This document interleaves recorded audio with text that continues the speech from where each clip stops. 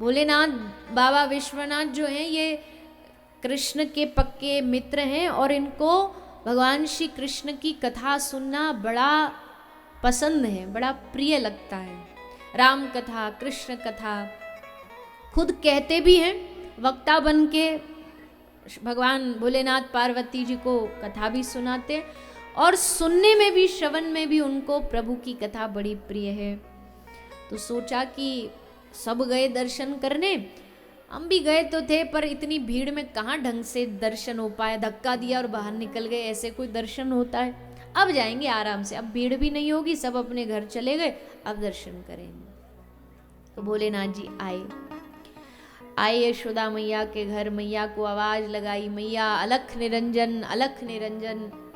मैया को लगी कोई साधु आयो, बड़े खुश है कि मैया भाग करके गई कि साधु सेवा करूंगी, संत सेवा करूंगी। पर जैसे यशोदा मैया बाहर निकली, साधु को रूप देखो, वेशभूषा देखो, तो मैया खड़ी खड़ी कांपने लगी। अरे यूं कैसो बाबा जी, ऐसो भी कोई बाबा होए करे, गले में सांप इतने डाल रखे हैं और मुंडन की माला, सबरे शरीर में भस्म लगा रखी है, यूं भी कोई बाबा है? अरे ओ बाबा जी, कहाँ लेने आए हो, कहाँ लोगे? बाबा जी बोले, मैया दुनिया जैसो मत समझियो हमें, जो तेरे ढोरे पैसा के लालच में आयो हो, तेरे ढोरे कुछ अन्न जल के लालच में, ये सब लेने ना आए हम। तो बोलो बाबा जी आपको क्या चाहिए, जो लेने आए वो बता दो, हम वो दे देंगी। बोले पक्का दे दोगी? बोले पहले मांगो तो, तब तो पता लगे क्या मांग बैठो तुम। बोले अच्छा ठीक है, मैं ये ज़्यादा बड़ी चीज़ नहीं मांग रहे, बस एक ही चीज़ चाहिए, हमें अपने लाला को दर्शन कराए दे, वाको मोड़ो दिखाए दे एक बार। मैया बोली राम राम राम राम राम, बाबा कहाँ मांग लियो तेने? अजी यू भी कोई मांगने की चीज़ है? और हाँ ने तू ठीक ठाक दिखतो तो शायद सोचती मैं, पर तेने रूप देखो अपनो, मैं ना दर्शन कराऊंगी। अरे मैया ऐसो मत करे मेरे संग, तू जाने नहीं है या दिन की प्रतीक्षा मैं कब ते कर रहे हूँ कि एक बार मोको छोटे से ठाकुर जी को दर्शन है जाए। ऐसे मैया निराश करके मत भेजे मुँह। मैया बोली बाबा ना ना ना, कतई नहीं कराऊंगी। बाबा ने खूब निवेदन करो, खूब प्रार्थना करी, पर मैया नहीं मानी, भीतर चली गई। बाबा को लगी कि मैया तो बड़ी जिद्दी है, अब ऐसी मैया को मनाने को तो एक ही रास्ता है बस, कि जो भीतर बैठे छुपे उनते ही कहो, वो ही कुछ करेंगे। सो भोलेनाथ जी ने ठाकुर जी से निवेदन किया, हे प्रभु आप कुछ करिए जिससे हमें आपका दर्शन हो जाए। तब श्री भोलेनाथ जी की उस पुकार को सुन करके भगवान श्री कृष्ण ने क्या शुरू किया? क्या शुरू किया? बोलिए ना जोर से, नाचना, रोना शुरू किया। भगवान जानते बोल सकते नहीं, चल सकते नहीं, नाच सकते नहीं, तो एक ही काम कर सकते, रो के देख लेते, क्या पता मैया का दिल पिघल जाए और कुछ काम बन जाए। तो श्री भोलेनाथ जी ने ठाकुर जी ने जोर जोर से रोना शुरू किया। रोने लगे। यशोदा मैया घबराई, काहे गयो लाला के, काहे गयो? कछु गोपी ने सलाह दी, मैया दूध पिवा दे, दूध पिवा दियो, मैया खिला ले, खिला लियो, झुला दे, झुला दियो, पर लाला चुप ना भे। तब कई सखी ने सुझाव दियो, मैया तेरे छोरा पे चढ़ गए हैं कोई भूत प्रेत, सो वाको उतरवानो पड़ेगो।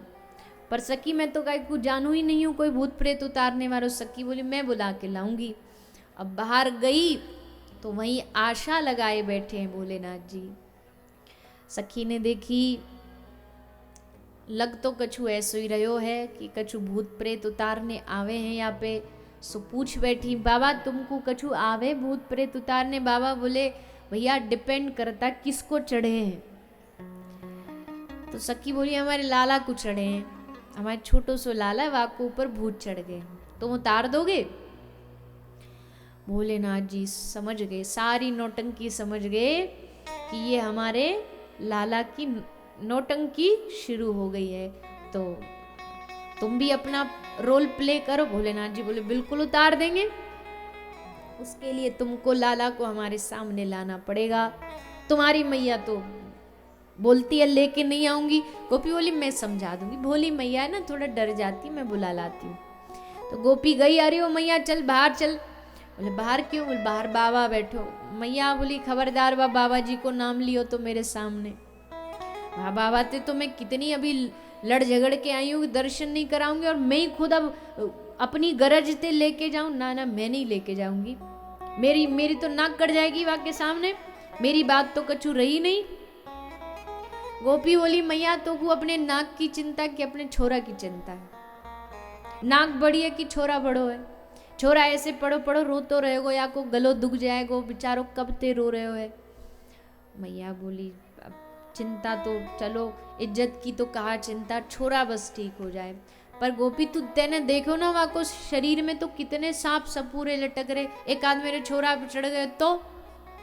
गोपी बोली वाह की चिंता ना करो, दूर खड़ी है जाइयो, मैंने बाबा ते कह दिया बाबा दूर ते ही तू मंत्र पंत्र फूंक दीजो और लाला दूर ही खड़े रहे हो, तो को ढोरे जाने की जरूरत ना पड़ेगी। सो मैया बोली चलो, अब इतनी कह रही है गोपी तो मैया को थोड़ी हिम्मत आई। सो मैया दुबका के छुपका के अपने कपड़ा में छुपा के कहीं बाबा जी के पास न चलो जाए। सो मैया वहाँ कुछ छुपा के लेके गई और भोलेनाथ जी के समीप लेकर के आई।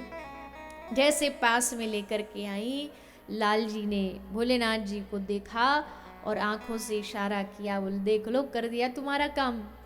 और जैसे भोलेनाथ जी ने ठाकुर जी को देखा तो बोला प्रभु अब बस नाटक खत्म करो, और श्री लाल जी ने रोना तुरंत बंद कर दिया। जैसे प्रभु ने रोना बंद किया, अब तो मैया प्रसन्न हो गई कि वाह बाबा जी तो बड़ा जानकार है, दूर से कमाल करके जादू करके चुप कर दियो छोरा को। तो अब तक तो मैया डर रही, पर अब ने थोड़ी सी संकोच दूर है गयो। मैया और लाला को पास ले आई, बाबा तुको और कछु भी आवेगा? बाबा बोले और कछु का होए? बोले बाबा तुको भविष्य देखनो आवे? बाबा बोले हाँ मैया आवे तो है। तो बाबा ने मेरे छोरा को हाथ देख के बताना या को भविष्य। तो भोलेनाथ जी ने वहाँ के छोटे छोटे से लाला के हाथ पकड़ के भविष्य बतायो। अरे मैया तेरो छोरा तेरो नाम रोशन करेगो, तेरो लाला या दुनिया को सबको राजा बनेगो। अरे मैया दुनिया के तो पत्थर माटी के महल होवे या के सोने को महल होगो, लाखों करोड़ों अनंत या के चाहने वाले होंगे। यशोदा बोली, यशोदा मैया बोली बाबा इतनी लंबी चौड़ी मत फेंक, कछु काम की बात बता। बाबा बोले ये सब इतनी बताई, ये काम की नहीं है का? बोले ये सब मेरे काम की का है, बड़ो बनेगो अपने निया बनेगो, सोने को महलोगो अपने निया होगो। तो मैया तेरे निया कहा चाहिए तो को? बोले मो तो बनो बता दे या को ब्याह कब होगो, बहू कब आवेगी, क्योंकि पाम तो बहू ही दबावेगी ना। सो बहू पाम दबावे वारी सेवा करवे वारी तो चाहिए कोई। अच्छो। और बाबा मुँह को एक बड़ी चिंता है। कहा चिंता है? बाबा देख तू तो देख ही रहे हो, कालो कलूटो है एकदम, सब सखी चिड़ावे भी हैं कि कलुआ है कारो है, और कारो है तो या को ब्याह नहीं हुए वो। अब बाबा मुँह को बड़ी चिंता है जाए, पतो ना या को ब्याह कोई छोरी अपनी देगो कि नहीं देगो, या के हाथ में ब्याह की शादी की कोई रेखा है कि नहीं है। भोलेनाथ जी ने हाथ पकड़ के बोली मैया चिंता मत करे, या के हाथ में ब्याह की इतनी लंबी रेखा है, दुनिया की तो हथेली में आवे, या की ब्याह की रेखा यहाँ तक है कंधा तक। एक ब्याह हो तो एक रेखा हो, या के 16,108 ब्याह होंगे। मैया बोली कहा कितने ब्याह होंगे? 16,100। अरे बाबा कैसी बात कर रहे हो तू, 16,108 ब्याह होए का कई के दुनिया में? बेकार की बात, मोकू खुश कर रहे हो। तो मैया ने वह बात को हंसी हंसी में टाल दियो, ये बाबा तो ऐसे ही बस कर रहे हो है। तो मैया कहा जाने कि ये सब सच होवे वाली है। बोली वाली मैया वाकू हंसी समझ के टाल गई। भोलेनाथ जी दर्शन करके वापस अपने कैलाश चले गए। इस प्रकार भोलेनाथ जी का और लाल जी का मिलन हुआ। फिर भगवान श्री कृष्ण, कंस घबराया हुआ है कि कोई ना कोई उसे आकर के बताता है कि देवकी का 8वां पुत्र तो ब्रज में चला गया, तो घबरा रहा है, दैत्यों को भेज रहा है कृष्ण को मारने के लिए ब्रज में। पूतना आई, सक्टासुर आया, अघासुर आया, न जाने कितने कितने दैत्य आए।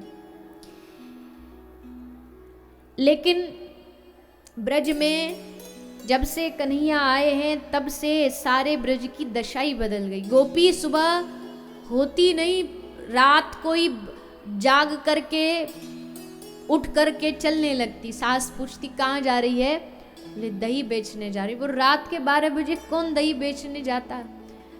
पर न दिन का होश न रात का होश, रात को उठ के बहाना बना के चल पड़ती कि एक बार ठाकुर जी का दर्शन हो जाए, क्योंकि ठाकुर जी का स्वरूप है ही ऐसा।